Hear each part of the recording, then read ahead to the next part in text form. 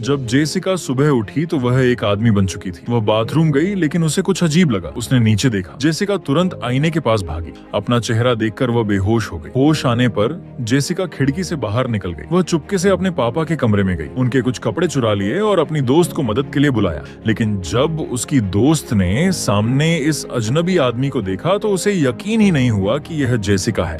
तो उसने डरकर उस पर डिफेंस स्प्रे भी छिड़क दिया। फिर जेसिका ने उन दोनों के बीच का एक ऐसा राज बताया जिसके बारे में सिर्फ वही दोनों जानती थी।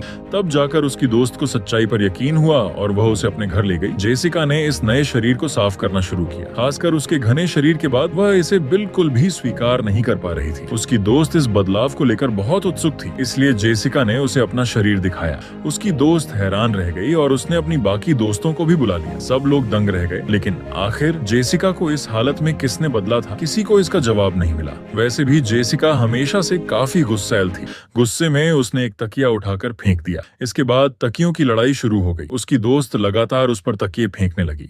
तकिए बार बार आकर उसे लग रहे थे। आखिर उसने भी पूरी ताकत से जवाब दिया। उसने एक लड़की को एक ही मुक्के में बेहोश कर दिया और दूसरी को उठाकर दीवार से दे मारा। फिर उसने आखिरी लड़की की तरफ मुस्कुरा कर देखा जो बुरी तरह डर चुकी थी। अपनी दोस्तों को जमीन पर पड़ा देखकर उसे एहसास हुआ कि उसकी ताकत पहले से कहीं ज्यादा हो चुकी है। पुरुषों के वॉशरूम में एक बूढ़ा आदमी उसे लगातार घूर रहा था, जिससे वह बहुत असहज महसूस करने लगी।